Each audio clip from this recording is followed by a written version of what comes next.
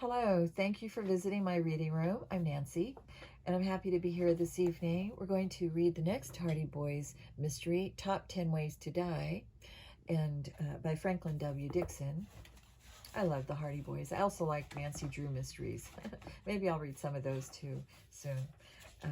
But anyway, I wanted to start off by letting you know that my reading room is labor of love on my part. I'm a big advocate for reading aloud. I know personally I don't do it often enough, but in today's day with all the technology and video games and, you know, a lot of young people just kind of are glued to screens. And so I, for one, believe that our country needs strong critical thinkers and problem solvers now more than ever.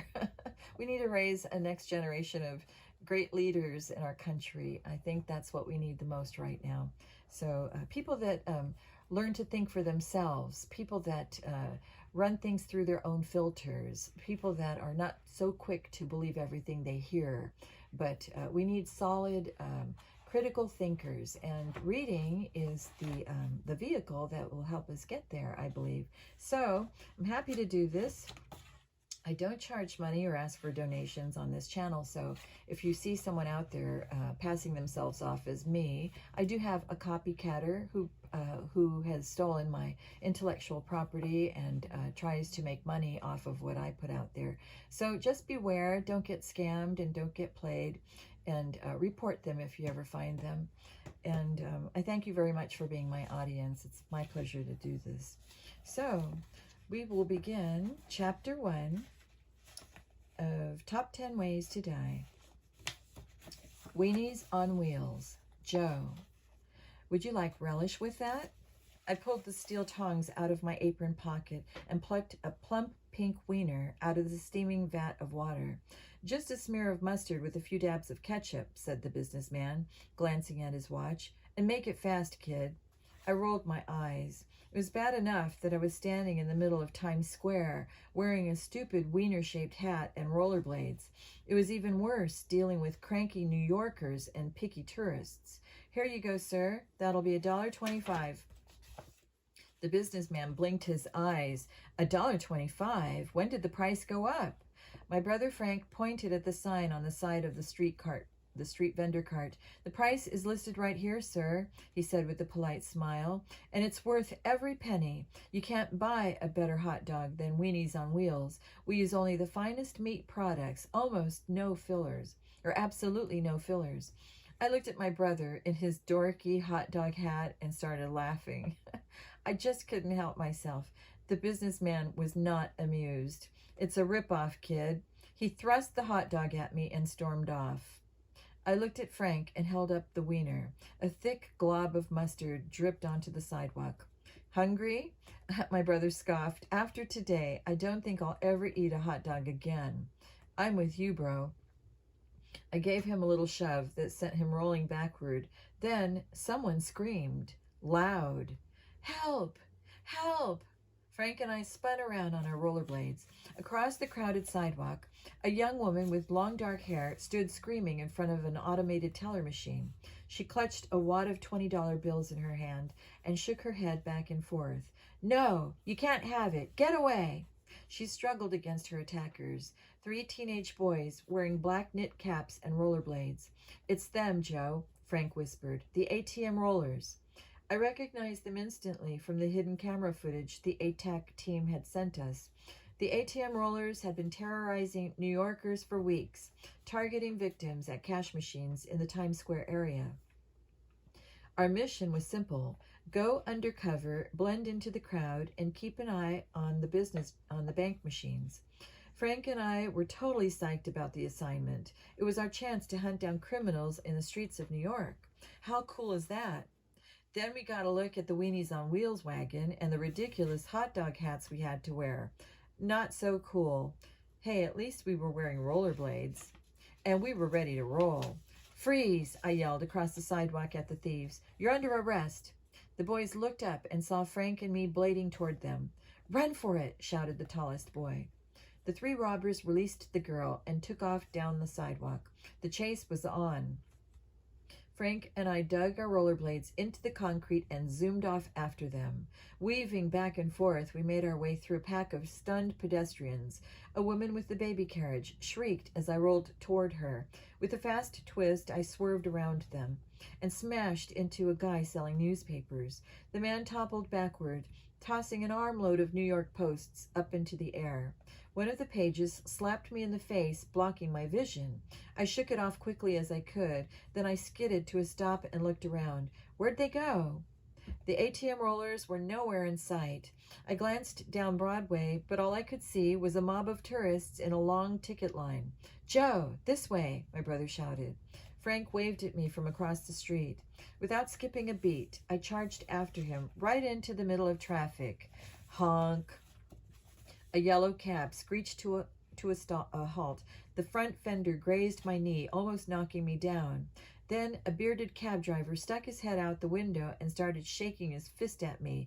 "You idiot! Watch where you're going!" "Sorry," I shouted back. Cars started beeping their horns at me. Traffic was backed up for blocks. Ducking down, I raced across the street and hopped up onto the sidewalk. "Come on, Joe," Frank yelled. "They're getting away." He pointed down Broadway. I caught a glimpse of the robbers' black knit caps as they bobbed and weaved through the crowds. We took off after them. Side by side, we raced past tourists and street vendors, fire hydrants and parking meters, movie theaters and electronic stores. Faster and faster, closer and closer, we zoomed after our targets. One of the robbers glanced over his shoulder and spotted us. His eyes widened as he realized how close we were. Then he did something that almost stopped us in our tracks. He spun around and braced himself against a street vendor's table full of New York City souvenirs. With a loud grunt, he flipped the whole thing over. "Here you go, wieners," he shouted. "Stop and shop." Dozens of souvenirs crashed and clattered across the sidewalk. Manhattan skyline, snow globes, Empire State Building thermometers, "I Love New York" t-shirts, and green Statue of Liberty hats. "Look out," Frank yelled. We rollerbladed straight toward the pile of junk at top speed. "Oh no!" "Jump!" I hollered.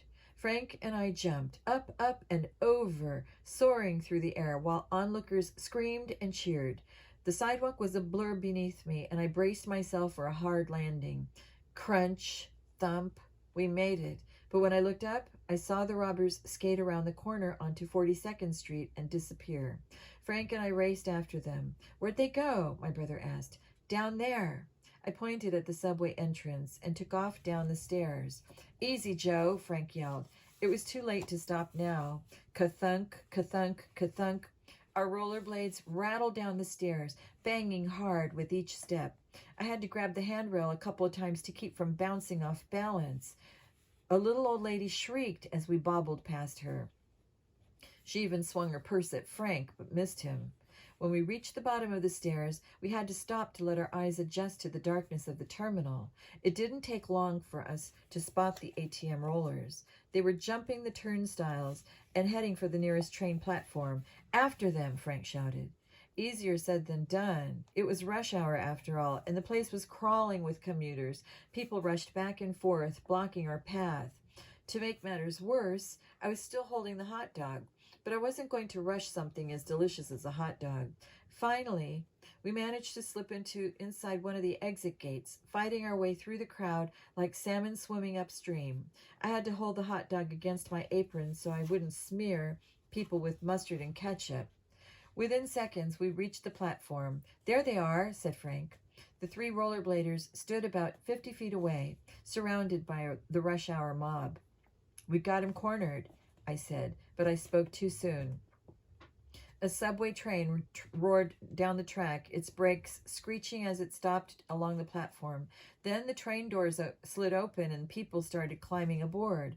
"We're going to lose them," said Frank. "No, we're not." I pushed Frank into one of the subway cars. The doors shut behind us, and the train started to move. "Excuse me, ma'am. Excuse me, sir." Slowly, we crept our way toward the front of the car, careful not to roll across anyone's toes. Suddenly, without warning, the train slammed on its brakes. We rolled and pitched forward, grabbing the handrails for support. "Hold on." The train pulled in to another stop. The doors slid open and Frank grabbed my arm. They're getting out. Come on.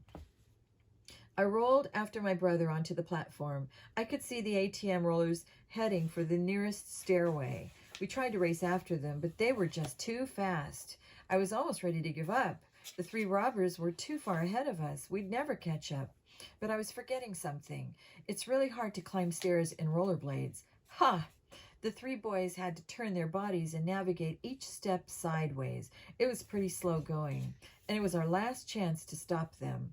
I lifted up the dripping hot dog and hurled it as hard as I could. It landed with the loud splat on one of the stairs, and it tripped one of the robbers.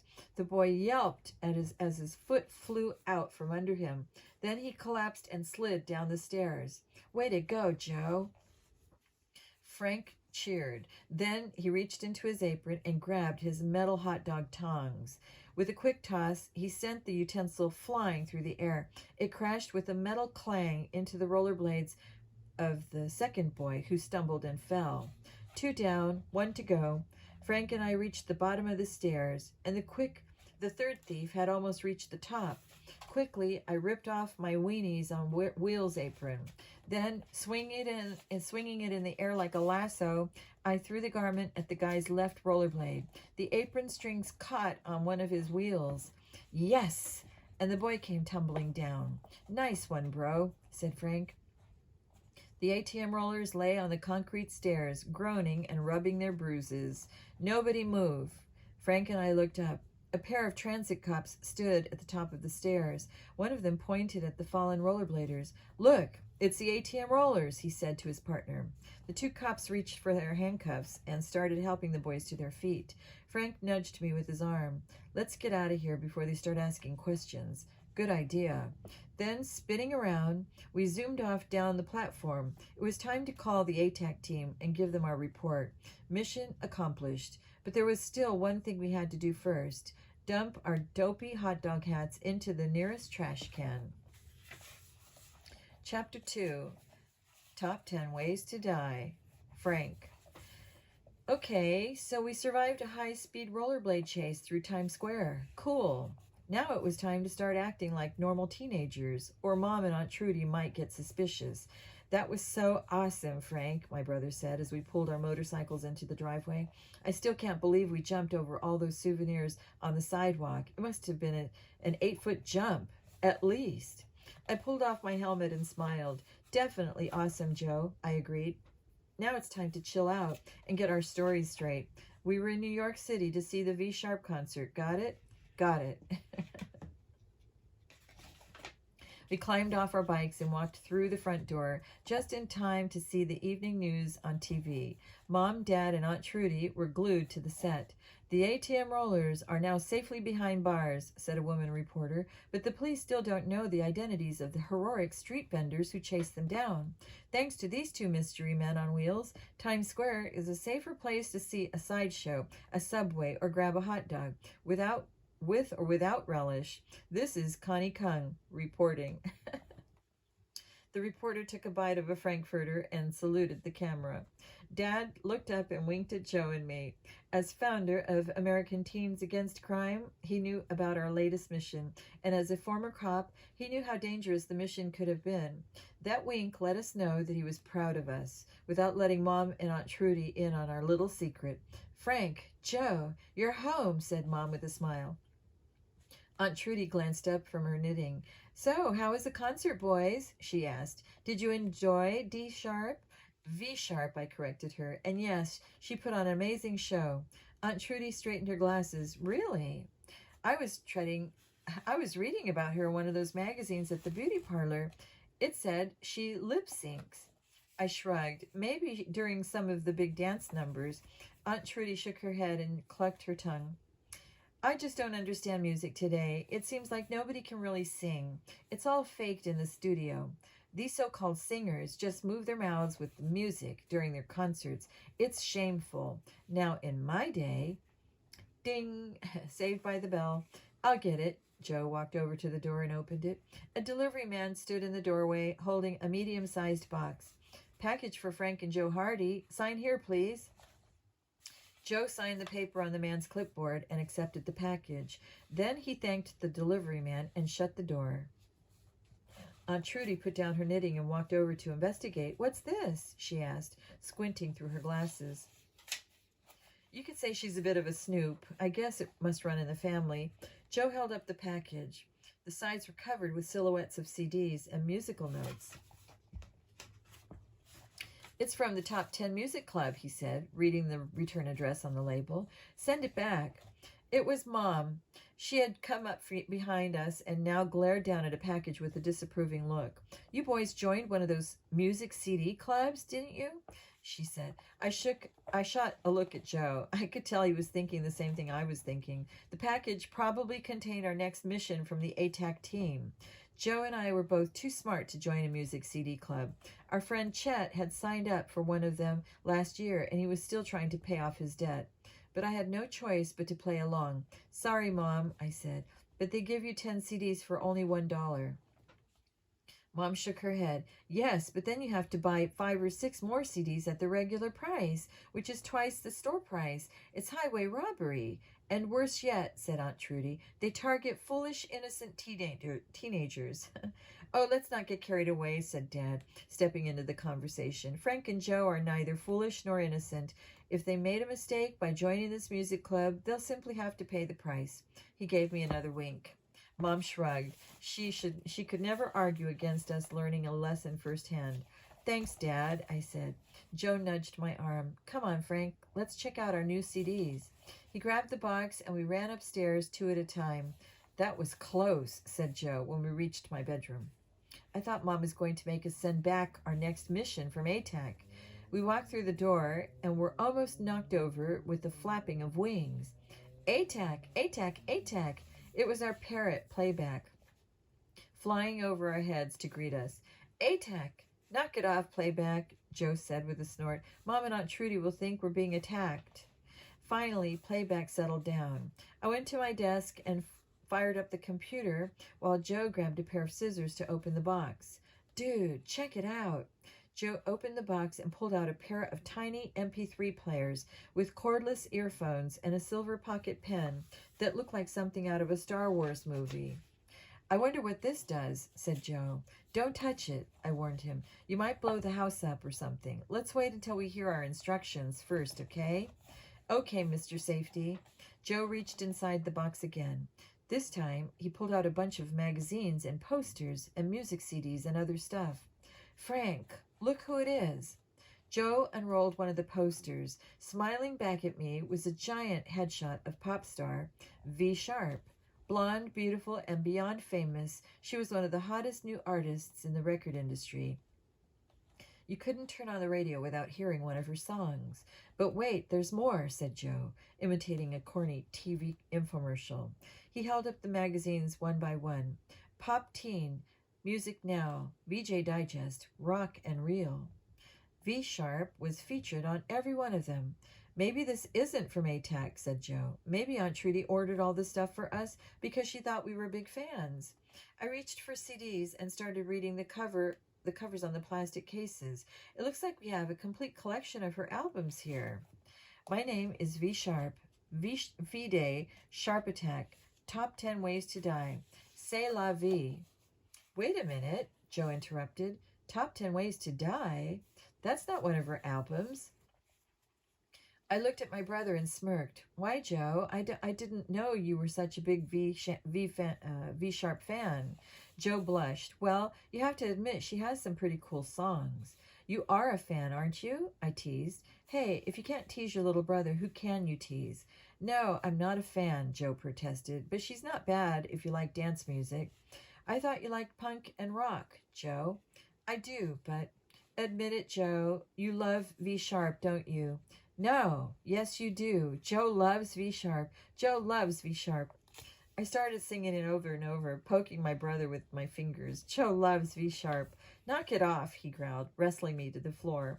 Soon, playback joined in, flapping his wings and squawking, "Joe loves V Sharp. Joe loves V Sharp." Suddenly, there was a knock at the door. "Are you boys all right in there?" It was Dad. He opened the door and stuck his head inside. My brother and I tried to look innocent, even though Joe had me in a headlock. Dad ignored our wrestling position. I just wanted to say, good job, boys. I was a little worried about you taking on those ATM rollers in New York. I shrugged. It was nothing, Dad. If you think rollerblading downstairs and into the subway at rush hour is nothing. Dad nodded and started to leave. But then he stopped. Oh, one more thing, he added. That girl you saved at the cash machine, she called you guys heroes on the news, and she said one of you was especially cute. He closed the door behind him. She was referring to me, said Joe. Was not. Was too. Well, if she meant you, she's wasting her time, I said, because Joe loves V Sharp. Joe loves V Sharp. After a few more minutes of wrestling, we managed to calm down and pop the Top 10 Ways to Die CD into my computer. Joe pulled a chair up to the desk. The monitor went black, and music started pumping through the speakers. It was V Sharp, of course. The pop star's breathy voice sang out over the bouncing chords and heavy beat. I immediately recognized her first big hit, Take It From V. When the young singer reached the rap part of the song, playback squawked and flapped his wings. See, said Joe, even parrots like her music. What does that say about you? Joe was about to answer me when he was interrupted by an announcer's voice on the CD. Her name is V Sharp, said the voice, and she first hit the pop charts with her #1 hit, Take It From V. On the screen, a top 10 music chart appeared. A tiny star twinkled in the #1 spot, then exploded into a huge starburst. Today, the voice continued, V Sharp is one of the hottest young stars on the music scene. V's beautiful face filled the screen.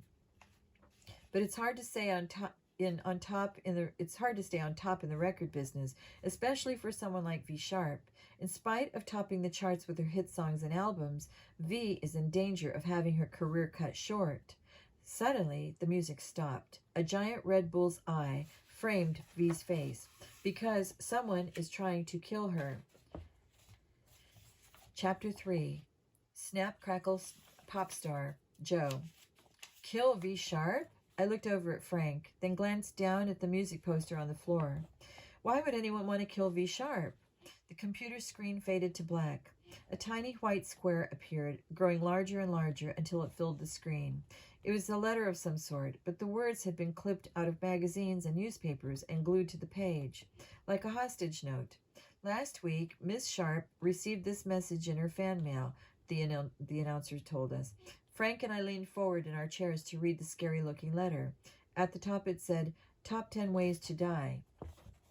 And underneath it read number 10, Electrocution.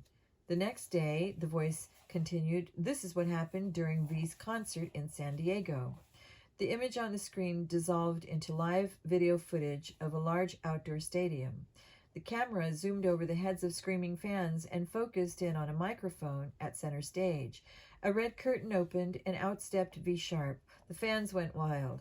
First, she danced around to the drum beats. Then she approached the microphone stand and reached out her hand. Zap! The microphone snapped and crackled. Electrical sparks flew from the mic and showered onto the stage. V jumped back. A bolt of electricity shot out from the cord. Whump! A large speaker exploded. The road crew ran onto the stage with fire extinguishers. Somebody grabbed V by the shoulders and pulled her back behind the curtain. Then the screen faded to black. I glanced at Frank. Man, this is serious, I said. My brother nodded. Another tiny square appeared on the screen. A few days later, Miss Sharp received a second message, said the announcer. The square grew and grew until we could read the cut and pasted words on the note. Number 9, Fire. The image dissolved again. A shady handheld camera revealed a dressing room door with V Sharp's name on it. Thick black smoke billowed from the room. The next day, Ms. Sharp's wardrobe was set on fire, said the announcer. And this event was quickly followed by a third message. Another creepy note filled the screen. This one said, Number 8, Choking.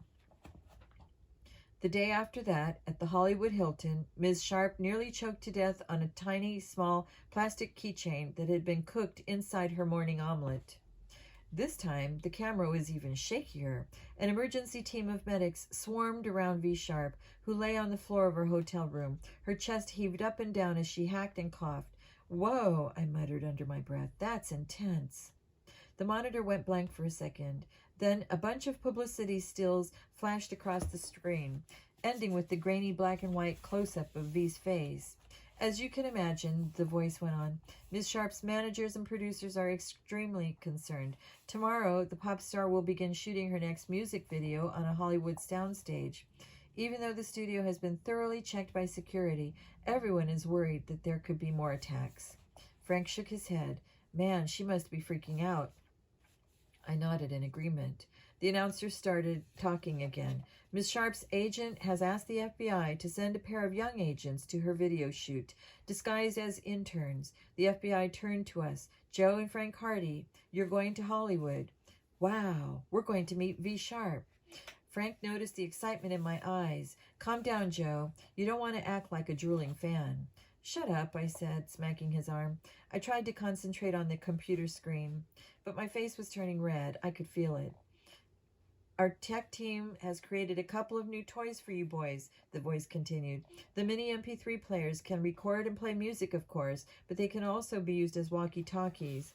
I examined the small wireless devices. "Cool."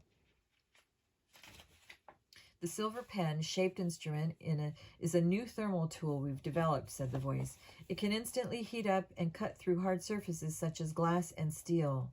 On the screen, a pair of hands demonstrated the device, cutting through a thick window pane in seconds. "Awesome," I gasped.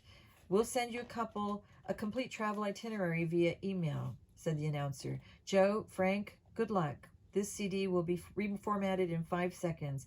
4, 3, 2, 1. The computer screen went black. Music erupted through Frank's speakers. It was V Sharp's brand new hit song, "Girls Rule." Playback flapped his wings and started squawking along with the rhythm. "Girls rule, girls rule." "I guess you aren't the only V Sharp fan," Frank pointed out. I frowned. "Well, it looks like one of her fans wants her dead." Frank stood up. "Come on, let's go tell Mom and Dad we're going to Hollywood." "You are not going to Hollywood," said Mom when we told her the news. "You just got back from New York." "But Mom," I pleaded, we'll get to be interns for V Sharp's video shoot. It's an amazing career opportunity." Mom rolled her eyes. "So you want to be a music video directors now? Last week you wanted to be race car drivers, and before that you wanted to be computer game designers." "We're exploring our options," I said. "Well, maybe you should explore your school books. You're not doing so well in algebra, you know," said Mom, sitting up in her chair. "But Mom," I said, "it's V Sharp." "Didn't you just see her in concert?" Mom replied. Frank stepped forward to explain, with a clever lie. "That's how we found out about the internship," he told her. "At the concert, they announced that they were having a contest. Joe and I filled out the entry forms, and we won. Millions of kids would kill for a chance to work with V Sharp." Dad walked up behind Mom's chair and started massaging her neck. "Come on, honey," he crooned. "Let them do it. They won the contest. They can't turn it down."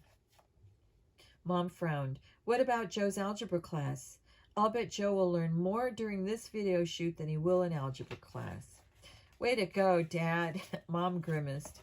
"But who will go with them?" "Fenton," she said to Dad. "We promised to help with the policeman's ball this week, and while I'd let the boys go just about anywhere on their own, interning for a rock star in Hollywood is something I feel needs a bit of supervision." Just then, Aunt Trudy strolled into the living room with a big bag of chips and a bowl of homemade dip. "I'll go," she volunteered. We all looked up in surprise. "I haven't been to Los Angeles in years," she told us. It'll give me a chance to catch up with Betty Clark. I haven't seen her since high school. I've been meaning to visit her out there." "Aunt Trudy?" I mulled this over. It would be pretty bad having Aunt Trudy around while I'm trying to make a good impression on V, but it might not be so bad. Besides, if this was the only way we'd be able to go, Frank and I held our breath as Mom thought it over. "Please," I said. Finally, she sighed and shrugged her shoulders. "Okay, you boys can go to Hollywood." We both cheered, jumped up and down, and high-fived each other. "All right." But I'm warning you, Mom said. I'm holding up a finger. I don't want you two getting into any kind of trouble. We won't, I promised. Yeah, right. And I want you to listen to your Aunt Trudy, she added. Remember, she's in charge. Isn't she always? Frank said with a wink. Aunt Trudy flicked a potato chip at him and laughed. My brother gave me a big thumbs up. California, here we come. Chapter 4. Hooray for Hollywood. Frank. The cross-country plane ride seemed endless. Aunt Trudy snored through the entire trip. The baggage claim took forever, and the waiting line for a rental car seemed even longer than our flight. But hey, we made it. We were in Los Angeles. I smiled the whole way to our hotel in West Hollywood. The sun was shining, the wind was blowing in my hair, and even Aunt Trudy was grinning from ear to ear. This hotel has a pool, doesn't it? She asked, adjusting her big round sunglasses. Yep, I answered. I checked out the hotel's website. It's a great pool with an outdoor bar and restaurant. Oh, good. Aunt Trudy rubbed her hands together. I can't wait to slip into my swimsuit, take a nice relaxing dip, and order one of those fancy fruit cocktails in a coconut shell. Aunt Trudy, I said, a little surprised. I thought you were supposed to keep an eye on us, not the other way around. She waved me off. Oh, don't worry, Frank. Your Aunt Trudy is the world's best chaperone. I didn't like the sound of that, and neither did Joe. Aunt Trudy, he said, you know we're going to be very busy at the studio shooting this music video, right? I'm afraid if you tag along, it might be a little, embarrassing for you, she asked. Relax, boys. I've heard that those film sets can be awfully boring. I plan to catch up on my old friend Betty and do a little shopping and sightseeing.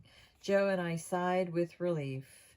Is that our hotel? Aunt Trudy asked. She pointed to a pink and yellow two-story building with a turquoise pool in front. Yep, I said, steering the rental car into the parking lot. I hope they have pool boys, she said, to wait on me hand and foot. Aunt Trudy! A half hour later, we were settled into our rooms. Joe and I didn't bother to unpack. We were anxious to head over to the studio and check out the music video shoot. Aunt Trudy didn't want to waste any time either.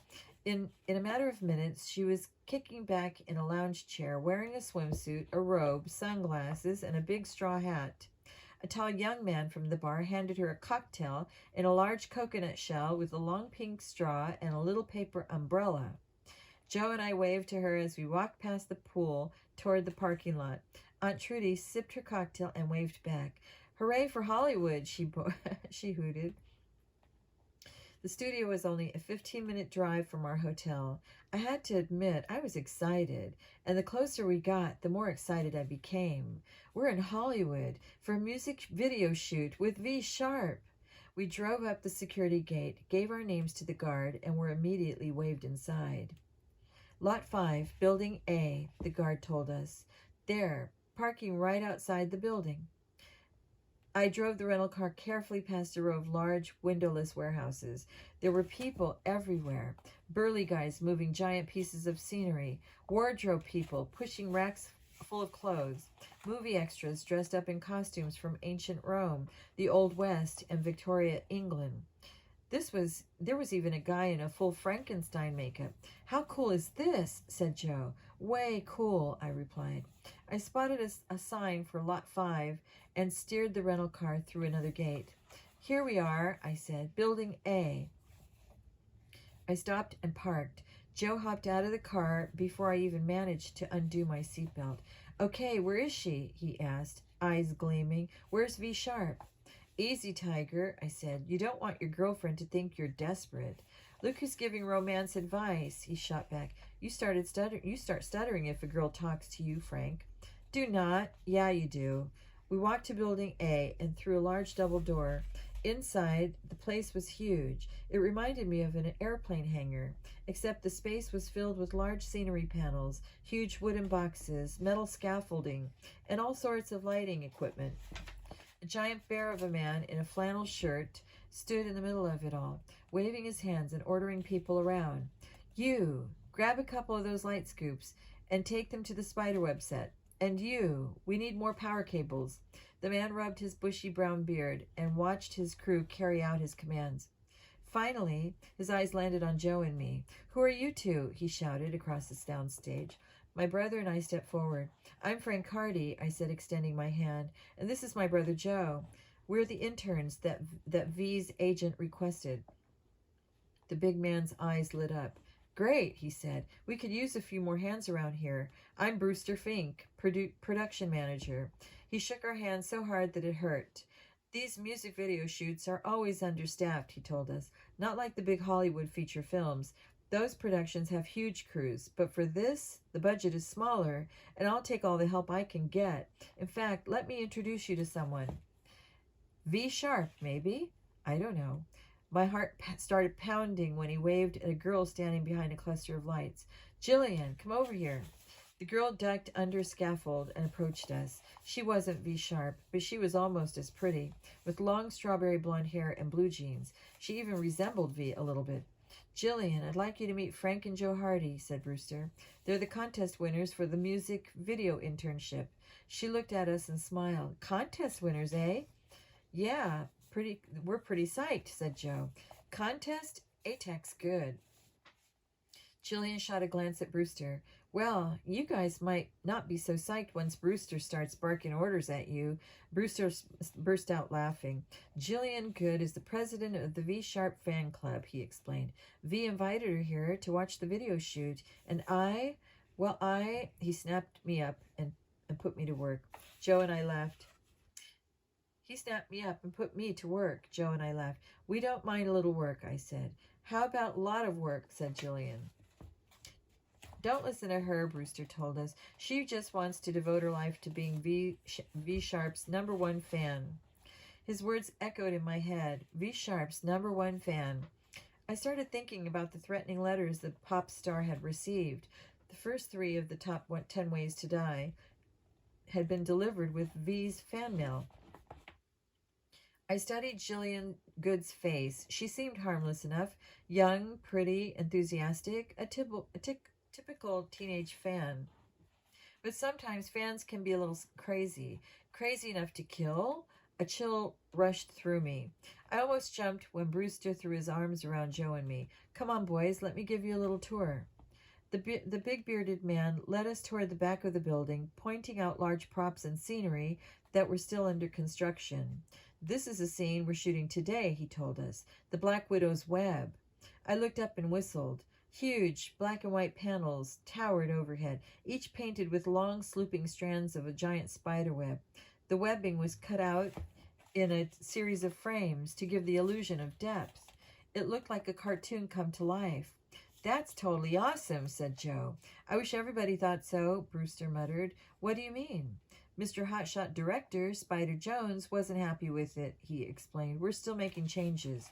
Spider Jones, I said. The Spider Jones? Brewster nodded grimly. I was blown away. Spider Jones was the hottest director working in music videos. All the biggest stars used him. From Madonna to Britney Spears to Green Day, his videos were legendary. Speak of the devil, said Brewster, staring over my shoulder. I turned around to see the famous Spider Jones marching toward us.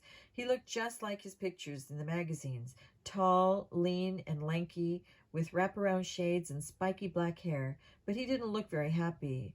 No, Brewster, he yelled. I asked for less, not more. There are too many panels here. It's much too cluttered. I said simple. Brewster, can you say simple? Simple, Brewster repeated, rolling his eyes. Yes, simple and flat, like a cartoon, said the director, emphasizing each word with a jab of his finger. Joe nudged me. It looks like a cartoon to me, he whispered. Spider Jones spun around and glared at us. And who are you? Oh, no, Joe bit his lip. Brewster stepped in to introduce us. These are 2 new interns, Spider, he said. Frank and Joe Hardy. Ah, interns, the director sneered. Not art directors. Just fix the set, Brewster. Make some of those panels go away. Then Spider spun around and marched off. Brewster looked at us and sighed. Terrific, said Joe. The world's greatest video director hates me. Don't worry about it, Brewster assured him. By tomorrow, Spider won't even remember meeting you. He's way too focused on the sets and the star. He jabbed his finger at us and laughed. Speaking of the star, I said, where is Miss Sharp? In her mansion on wheels. Mansion on wheels? Brewster waved us toward the back of the set. A barn-sized doorway led outside to a row of parked trailers. One of them was easily twice the size of the others. Long, tall, and super sleek, the deluxe mobile home even had big bay windows and a small porch with columns. "That's Miss Sharp's private trailer," said Brewster. "That's a trailer?" asked Joe. "I've never seen a trailer like that before." "You should see inside. It's like a mini spa, complete with massage table, tanning booth, and jacuzzi." "Jacuzzi?" said Joe. "Sweet." Brewster turned back to his crew. "Hey, guys," he shouted. "We need to remove the second and third panels." He walked off and left Joe and me standing there, staring at V. Sharp's trailer. "Impressive, huh?" I said to my brother. Joe nodded slowly. "You know what the coolest thing is about that trailer?" "What?" "V. Sharp is inside of it." "V. Sharp! Can you believe it, Frank?" I started to say something, but Joe hushed me. "Shh! Listen." In spite of the crew moving panels behind us, I could hear the faint sound of music coming from inside the trailer. I recognized the song right away. It was V. Sharp's newest hit single, "Girls Rule." "Listen to that, Frank," said Joe, mesmerized. "Listen to her voice. She's really good. No, she's better than that. She's great. She's..." Screaming. V. Sharp was definitely screaming. "Help! Help! Somebody help!" Chapter 5. Spider Attack. Joe. I heard another scream from inside the trailer. "Help me!" Without even thinking, I dashed toward the trailer and ripped open the door. Frank was right behind me. We scrambled up the steps and froze. There she was, V. Sharp, one of the most famous pop stars in the world, covered with spiders. "Help me, please," she whispered, looking at us with absolute terror in her famous blue eyes. She sat back on a white leather lounge chair, her long blonde hair streaming over her shoulders. She was wearing a black latex jumpsuit, probably for the Black Widow scene, and her body was covered with big, fat, hairy spiders. Tarantulas! "Okay, don't move," I said in a low voice. "We'll get them off you. Don't worry." She looked at me in the eye and pursed her lips. I almost felt like fainting. "It's V. Sharp, in the flesh." I tried not to be starstruck. Instead, I turned my attention to the furry tarantulas crawling across her jumpsuit. There must have been 6 or 7 of them, at least. "They won't bite if you don't scare them," I told V. "That's comforting," she said with just a trace of sarcasm in her voice. "Joe, look," said my brother, "under the chair." He picked up a plastic-coated shoebox from the floor. There was a label on it with the word tarantulas written in magic marker. Inside the box was a small note. It was another threat, a new entry in the 10 Top Ways to Die. Each letter had been cut and pasted from magazine headlines. "Number 7, spider bites," Frank whispered. V let out a little whimper. "Okay, just relax," I said. V sucked in her breath. I reached for a tarantula on her left arm. The creature wriggled its legs as I picked it up gently between my thumb and forefinger. Frank held up the box. I dropped the spider inside. "There you go," I said softly. I plucked another tarantula off her shoulder, while Frank scooped up a third one off her knee. "See? No problem," I said to V. She tried to smile. Then another spider started crawling up her neck. "Ew, yuck!" I slipped my hand against her collarbone and slid my fingers beneath the tarantula's hairy legs. V shuddered. As I dropped it into the box, Frank found another one scuttling up her black leather boot. "Don't move," he said. "I got it." He picked up the spider and placed it carefully in the box with the others. I thought we had them all, but then I spotted 2 more, one on her thigh and another on her stomach. "Okay, just a couple more," I told V. The pop star took a deep breath. Frank grabbed the spider on her leg while I went after the other one on her stomach. Unfortunately, the furry creature didn't like the looks of my hand coming toward it. The tarantula scrambled across her hip and disappeared into the chair. "Okay," I said. "On the count of 3, I want you to stand up very slowly." V nodded. 1, 2, 3. She stood up. The tarantula slipped off her back and landed on the seat of the chair. Frank snatched it up and plopped it into the box. "Is it gone?" V asked, gasping. "Yes," I said, "but turn around slowly so we can make sure." V cleared her throat, lifted her arms, and rotated slowly. "Joe, look," said my brother. "What is it?" said V, her voice tightening. "Don't move," I told her. "There's just one more." Where is it? In your hair. Gross. I had to admit it was gross. An extra large tarantula was tangled up in the long blonde strands that flowed down V's back. I tried to untangle it, but the creepy crawler was stubborn. It didn't want to leave its new home. Hold on, I mumbled as I lifted her up. I lifted up her hair and took it gently. Frank held the box underneath. After a little coaxing, the spider wriggled free and fell. Got it, said Frank, stepping back with the box. He examined the spiders before fastening the lid. Let's see, we've got 5, 6, 7 tarantulas here. And one person who wants to kill me, V added. I glanced at Frank. So who are you guys? She asked. I'm Joe Hardy, I said, shaking her hand, and this is my brother Frank. We're interns for the video shoot. This is our first day. She collapsed into the lounge chair and sighed. Welcome to my life, she mumbled, and maybe my death, too. What do you mean? Said Frank. V offered us a seat on the big overstuffed sofa. Like the lounge chair, it was white leather and looked incredibly expensive. V took a breath and folded her arms over her chest. It's not easy, being a star. I mean, sure, there's that glamour and the fame and the big fancy private trailer. She waved her hands at the plush interior of her mansion on wheels. Brewster Fink was right. The place was amazing, filled with ultra-modern chrome lamps, polished wood cabinets, and white fur pillows. It looked like something out of a magazine. But it's hard when you reach the top, V went on. Everybody wants to drag you down, or worse. She opened a cabinet, and pulled out a few pieces of paper. She handed them to me, but I didn't have to look at them to know what they were. They were the death threats we had been seeing on the ATAC CD. Top 10 ways to die. I showed them to Frank, who pretended he was seeing them for the first time. Who would you want to do this to you? Who would want to do this to you? He asked. V closed her eyes and bit her lip. I don't know. Anyone. Everyone. Sometimes I think the whole world is against me. The magazines gossip about me. Comedians tell jokes about me. I'm like one big singing and dancing target. There was a knock at the door. Come in. The door opened, and a short guy with long braids and a purple sweatshirt stepped inside. V, are you okay? He asked in a high, squeaky voice. I thought I heard you scream. Yes, T-Mix, I'm fine, she answered. Just a little, wardrobe malfunction. T-Mix frowned, then laughed. T-Mix, I'd like you to meet Joe and Frank Hardy, V said. They're the interns. T-Mix nodded his head and made a peace sign with his fingers. I didn't know what to say. It was T-Mix, the man, the myth. T-Mix was the most sought-after record producer in the industry. He could take anybody, regardless of talent or ability, and squeeze a top 10 hit out of them.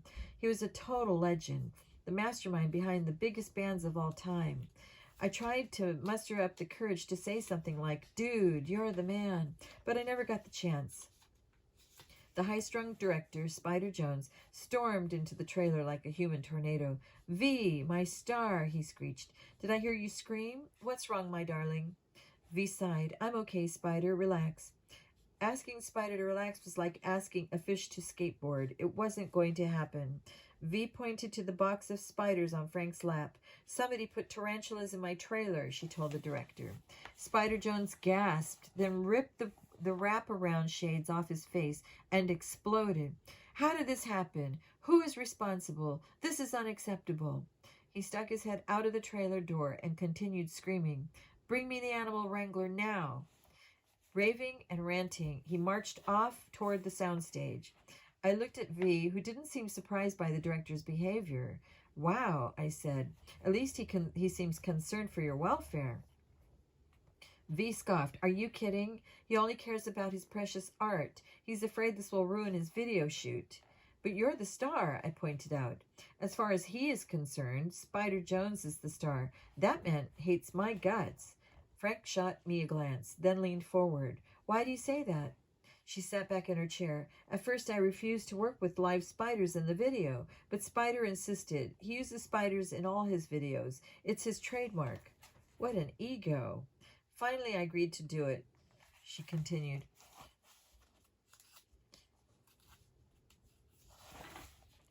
Then, this morning, I overheard Spider complaining about me to the entire crew. He called me a spoiled, no-talent brat. That creep, I muttered. He's just jealous that you're more famous than he is. Maybe, V said with a sigh, but that's no excuse for what he said next. He told the crew that he would kill me if I ruined his video. I looked at Frank, and I knew exactly what he was thinking. We have our first suspect. And we will stop there and continue in the next clip. Thank you for listening.